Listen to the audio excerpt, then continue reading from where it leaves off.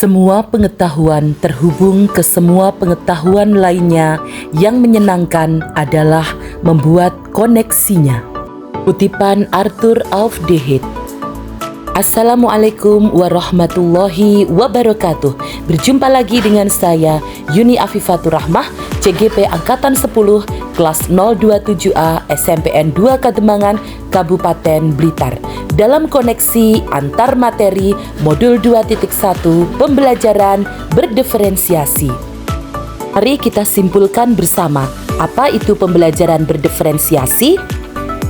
Pembelajaran berdiferensiasi adalah usaha guru menyesuaikan proses pembelajaran agar dapat memenuhi kebutuhan belajar individu murid. Artinya, pembelajaran berdiferensiasi ini hendaknya bisa menumbuhkan dan mendukung semua kebutuhan murid belajar di kelas kita. Dicari dulu mulai dari situlah saya semakin memahami dan mengubah pola pemikiran saya bahwa setiap anak adalah unik. Mereka punya kelebihan dan kekurangannya masing-masing. Kesiapan belajar yang berbeda, minat, gaya belajar, dan cara belajar, serta profil belajar yang berbeda-beda. Nah, disinilah diperlukan usaha dari guru untuk memenuhi kebutuhan belajar yang berbeda-beda di kelas yang saya ampu agar semua murid dapat terpenuhi kebutuhan belajarnya. Komplikasinya apa? Terus klimaks, resolusi, koda ending, ya.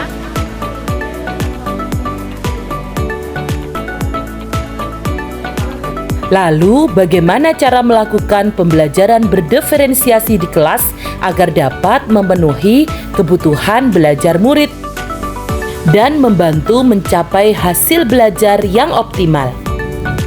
Mari kita kupas satu persatu secara tuntas. Agar dapat melakukan pembelajaran berdiferensiasi di kelas, guru harus 1. Memahami tujuan pembelajaran. 2. Menciptakan lingkungan belajar yang mengundang murid untuk belajar. 3. Mengetahui dan merespon kebutuhan belajar murid. 4. Melakukan manajemen di kelas yang efektif. Dan terakhir, melakukan penilaian yang berkelanjutan. Berkaitan dengan hal-hal tersebut, maka guru harus memenuhi kebutuhan belajar murid dengan memperhatikan 3 aspek berikut. Yang pertama adalah kesiapan belajar murid, yang kedua minat murid, dan yang ketiga adalah profil belajar murid. Berikut pemaparannya. Kesiapan belajar murid atau readiness mengharuskan guru untuk mengetahui pengetahuan awal murid dan menentukan apa yang telah murid ketahui dan di mana murid itu berada. Yang kedua adalah minat murid. Minat adalah salah satu motivator atau pendorong yang penting agar murid terlibat aktif dalam kegiatan pembelajaran. Minat setiap murid pasti berbeda-beda, sehingga identifikasi terhadap minat murid akan berpengaruh pada keterlibatan murid nantinya pada kegiatan pembelajaran. Yang terakhir adalah profil belajar murid, antara lain lingkungan, budaya, gaya belajar, serta kecerdasan majemuk murid. Untuk itu, kita harus dapat mengidentifikasi kebutuhan belajar murid. Kebutuhan belajar murid dapat diidentifikasi dengan beberapa cara, antara lain 1. Mengamati perilaku murid. 2. Mengidentifikasi pengetahuan awal. 3. Mereview dan merefleksi terhadap praktik pembelajaran. 4. Berkomunikasi dengan guru murid sebelumnya. 5. Membaca rapot murid sebelumnya. Dan yang terakhir adalah menggunakan berbagai penilaian diagnostik serta formatif. Berikutnya, strategi untuk mendiferensiasi pembelajaran. Ada 3 jenis strategi. Yang pertama, diferensiasi konten. Yang kedua, diferensiasi proses. Dan yang ketiga adalah diferensiasi produk. Baiklah, mari kita pahami satu persatu. Strategi diferensiasi konten berkaitan dengan apa yang kita ajarkan, seperti materi, konsep, atau materi yang perlu dipelajari berdasarkan kurikulum. Untuk mendiferensiasi konten bisa dilakukan dengan membedakan pengorganisasian atau format penyampaiannya, bukan malah mengubah atau menurunkan standar kurikulum.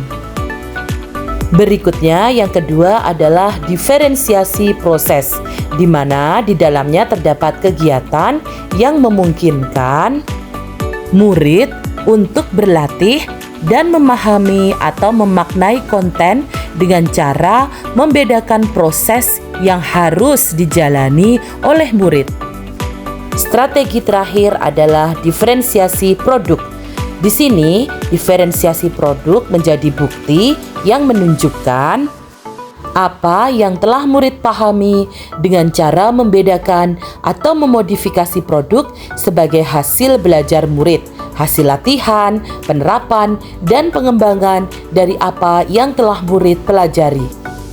Lalu, adakah keterkaitan antara modul pembelajaran berdiferensiasi dengan modul pembelajaran yang lain, baik modul 1.1 dengan modul 1.2, baik dengan modul 1.3, kemudian dengan modul 1.4, dengan pembelajaran berdiferensiasi kali ini di modul 2.1. Mari kita bahas secara rinci. Antara modul 1.1 dan modul 2.1 terdapat keterkaitan, yaitu untuk dapat melakukan pembelajaran berdiferensiasi, guru harus berusaha mengupayakan untuk memenuhi kebutuhan anak atau murid sesuai kekuatan kodrat alam dan kodrat zaman sesuai pemikiran filosofis pendidikan Ki Hajar Dewantara. Selanjutnya adalah keterkaitan antara modul 1.2 dengan modul 2.1, yakni dalam melakukan pembelajaran berdiferensiasi, seorang guru penggerak harus berpihak pada murid, mandiri, reflektif, kolaboratif, dan inovatif untuk menciptakan pembelajaran-pembelajaran berdiferensiasi yang dapat memenuhi kebutuhan murid. Dengan demikian, seorang guru penggerak dapat mewujudkan kepemimpinan murid dengan menuntun murid menjadi merdeka belajar. Hal ini tentu saja sesuai dengan nilai dan peran seorang guru penggerak. Berikutnya adalah keterkaitan antara modul 1.3 dengan modul 2.1. Keterkaitannya adalah pembelajaran berdiferensiasi ini dapat menjadi salah satu strategi untuk mewujudkan visi guru penggerak yang tentu saja berpihak pada murid. Terakhir adalah koneksi atau keterkaitan antara modul 1.4 dan modul 2.1. Keterkaitan atau koneksinya adalah dalam melaksanakan pembelajaran berdiferensiasi antara guru dan murid harus ada kesepakatan kelas terlebih dahulu. Tentunya dengan adanya kesepakatan kelas, maka proses pembelajaran dapat berjalan secara kondusif sesuai dengan implementasi konsep-konsep nilai budaya positif di lingkungan sekolah. Demikian pemaparan koneksi antar materi modul 2.1 tentang pembelajaran berdiferensiasi. Semoga menginspirasi dan bermanfaat. Salam guru penggerak, tergerak, bergerak, dan menggerakkan. Wassalamualaikum warahmatullahi wabarakatuh.